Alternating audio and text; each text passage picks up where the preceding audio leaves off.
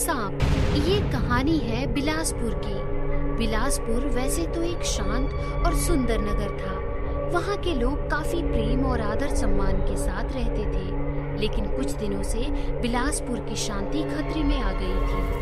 ओम ह्रीं क्लीं पशुपटक स्वाहा। ओम ह्रीं क्लीं पशुपटक स्वाहा। औरत का नाम था मंगला। नाम मंगला था, लेकिन करना अमंगल ही चाहती थी। पता नहीं कहाँ से आई थी, लेकिन जब से आई थी शहर का माहौल खराब हो गया था। बंटी भाग भाग, बंटी भाग। ओम ह्रीं क्लीं अंतसः स्वाहा।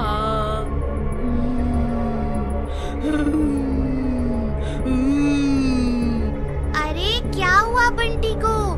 अरे भागो भागो। बंटी तुम ठीक तो हो?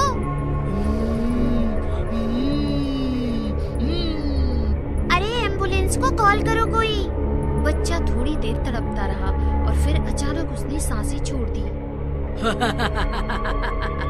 सब ऐसे ही मरोगे, सबकी बारी आएगी, सब मरोगे। किसी को कुछ समझ नहीं आ रहा था कि शहर में क्या हो रहा है। डॉक्टर्स भी समझ नहीं पा रहे थे कि ऐसी कौन सी बीमारी है जो कुछ ही मिनटों में जहर बन जाती है। शहर में सभी के साथ कुछ ना कुछ बुरा हो रहा था। कोई बीमार था तो कोई पैसों की तंगी से परेशान, तो कोई बिना वजह आत्महत्या कर रहा था। मंगला जिस सोसाइटी में रहती थी, उन सोसाइटी के लोगों ने शहर की बुरी हालत को देखकर एक शर्त लगाई। अरे ये सब कुछ उस मंगला की वजह से हो रहा है। हाँ हाँ, चुड़ैल है वो औरत। दिन भर कैद रहती है घर में और होम हवन करती है, घर से बाहर निकलती ही नहीं है। हाँ आंटी, वो बहुत बुरी है। मैं अपनी बॉल लेने गया था उनके घर, तो उन्होंने मुझे एक कमरे में बंद कर दिया। मैं खिड़की से बाहर भाग आया। लोग समझ गए कि शहर की अशांति की वजह मंगला है और उन्होंने एक तांत्रिक को जाकर ये सारी बातें बता दी। तुम लोग चिंता मत करो, इस समस्या का समाधान हम करेंगे। तांत्रिक के पास एक सफेद कुत्ता था। तांत्रिक अपना कुत्ता लेकर मंगला के घर पहुंचा। मुझे पहले से शक था कि शहर में कोई तो ऐसा वर्तुल है जहाँ से शहर में अंधेरा फैल रहा है। तुम हो वो वर्तुल, क्यों सता रही हो लोगों को? मैं चुड़ैल हूँ, अपना काम कर रही हूँ। तू कौन है मुझे रोकने वाला? तो तू ऐसे नहीं मानेगी। तांत्रिक ने अपने कुत्ते को इशारा किया। कुत्ता जाकर चुड़ैल को चाटने लगा। हटाओ इसे। आह। देखते ही देखते सफेद कुत्ता पूरा काला बन गया और चुड़ैल फिर से साधारण औरत मंगला बन गई। निकल जा यहाँ से। आज तो तुमने मुझे अपनी तंत्र विद्या से शक्तिहीन कर दिया है तांत्रिक, लेकिन याद रखना, मैं दोबारा जरूर लौट कर आऊंगी, दुगनी ताकत से आऊंगी और सबको मिटा दूंगी। ऐसा कहकर मंगला वहाँ से सीधे घने जंगल की तरफ निकल पड़ी। कुछ दिन बीत गए। शहर का माहौल धीरे धीरे बदलता चला गया और वापस शांत हो गया। शहर के सारे लोग अब शांति से अपना जीवन बिता रहे थे।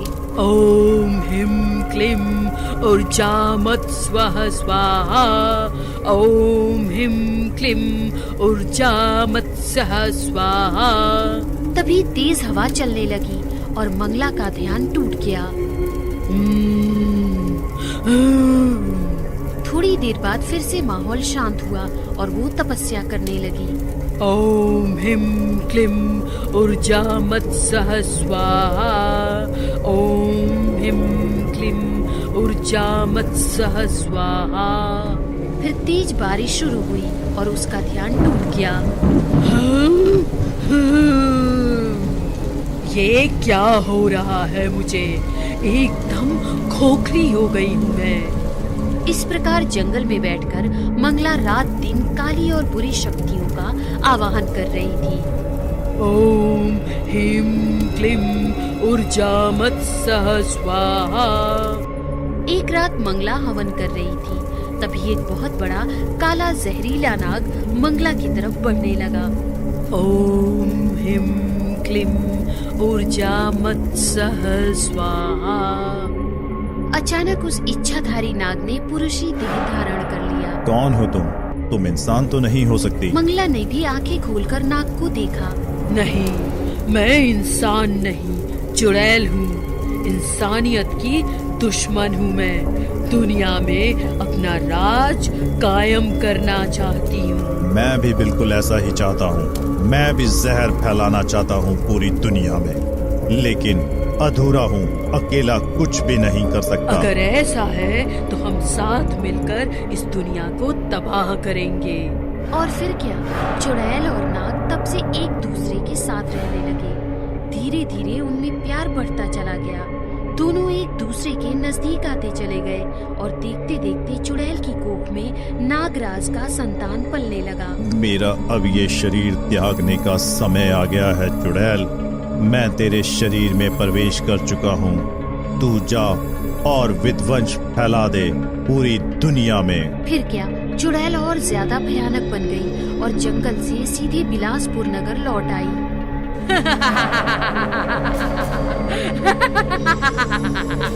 सबको मिटा दूंगी, सबको मार दूंगी।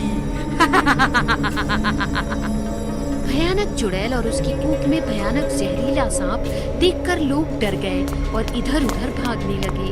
बचाओ, बचाओ! बचाओ, बचाओ! मंगला चुड़ैल लोगों को पकड़ने लगी और उन्हें नोच नोच कर मारने लगी। जो लोग चुड़ैल से दूर भागने की कोशिश करते, चुड़ैल की कोख से नाग फन निकालता हुआ बाहर आता और लंबा लंबा होते होते भागने वालों को डस लेता। सारा शहर डर गया।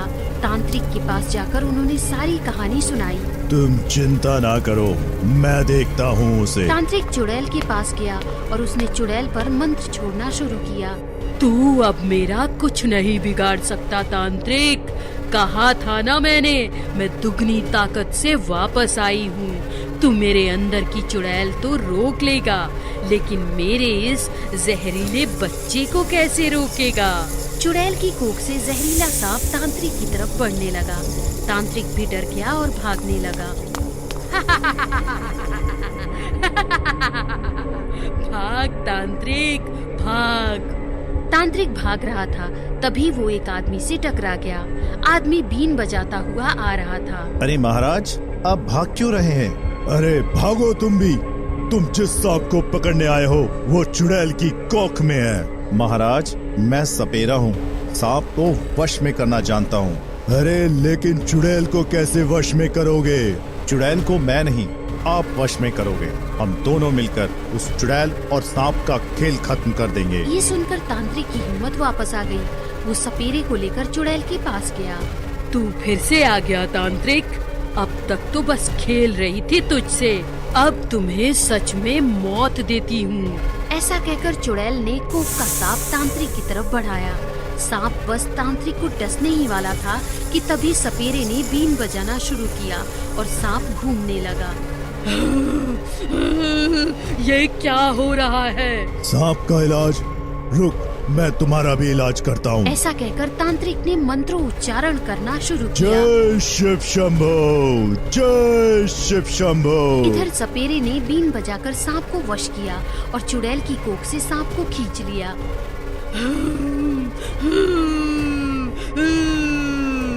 सपेरे ने सांप को अपनी टोकरी में डाला और उसका ढक्कन लगा दिया। महाराज, मेरा काम हो गया, आप भी झट से अपना काम खत्म कीजिए। तांत्रिक भस्म हाथ में लेकर आंख बंद करके घोर मंत्र उच्चारण कर रहा था। थोड़ी ही देर बाद उसने आंखें खोली और मंत्रों से प्रभावित भस्म चुड़ैल पर फेंक दिया। भस्म शरीर पर पड़ते ही चुड़ैल तड़पने लगी और देखते देखते जलने लगी। एक मौका दिया था मैंने तुम्हें, लेकिन तू सुधरी नहीं। जा, अब हमेशा हमेशा के लिए भस्म हो जा। चुड़ैल आग में जलती रही और देखते देखते आग में पूरी जलकर भस्म हो गई। इस प्रकार तांत्रिक और सपेरे की वजह से चुड़ैल के साथ साथ जहरीले नागराज का भी अंत हो गया और बिलासपुर नगर फिर से पहले जैसा शांत और सुंदर हो गया। चुड़ैल की बेटी का जन्म। अमावस्या की काली रात थी। मायागंज के वीरान जंगल के पास स्थित शमशान में आज बहुत हलचल थी और इस हलचल के पीछे कारण था एक चुड़ैल के प्रसव का समय करीब होना।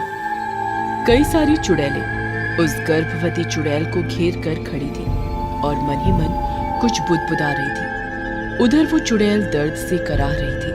आह आह आह। थोड़ी देर बाद गर्भवती चुड़ैल के सामने खड़ी चुड़ैलों ने जोर से फूंक मारी। वहां तेज तेज आंधी चलने लगी। थोड़ी देर बाद गर्भवती चुड़ैल ने एक बच्ची को जन्म दिया। मत रो मेरी बच्ची, मत रो, ये कहकर उस चुड़ैल ने अपनी बेटी को गले से लगा लिया। इस घटना के अगले दिन की बात है। मायागंज शहर में रहने वाला सत्या अपने कंप्यूटर पर काम कर रहा था। रात के 11:30 बज रहे थे। तभी उसके फोन की घंटी बजती है। फोन की स्क्रीन पर अननोन कॉलिंग लिखा आता है। Hello hello hello. Satya hello hello करता रहता है, लेकिन दूसरी तरफ से कोई आवाज नहीं आती है। अरे कौन है भाई? इतनी रात को क्यों परेशान कर रहे हो? अगर बात नहीं करना तो कॉल क्यों करते हो? ये कहकर वो फोन रख देता है और झल्लाते हुए कहता है, जब से कॉल रेट सस्ते हुए हैं, ये फोन पर परेशान करने वालों की संख्या बढ़ गई है। मेरा वश चले तो कॉल रेट 4 गुने बढ़ा दूं। सत्या बड़बड़ाते हुए फिर से अपने काम पर लग जाता है। कुछ मिनट के बाद फिर से उसके फोन की घंटी बजती है और एक बार फिर से उसकी स्क्रीन पर अननोन कॉलिंग लिखा हुआ आता है। वो इरिटेट होकर फोन की ओर देखता है और फोन उठा लेता है। Hello hello. अरे कौन बोल रहा है? मुंह में दही जमा रखी है क्या? तभी दूसरी ओर से धीमे से किसी औरत की आवाज आती है। सत्या, तुझे मारने वाली जन्म ले चुकी है। अब तू नहीं बचेगा, नहीं बचेगा तू।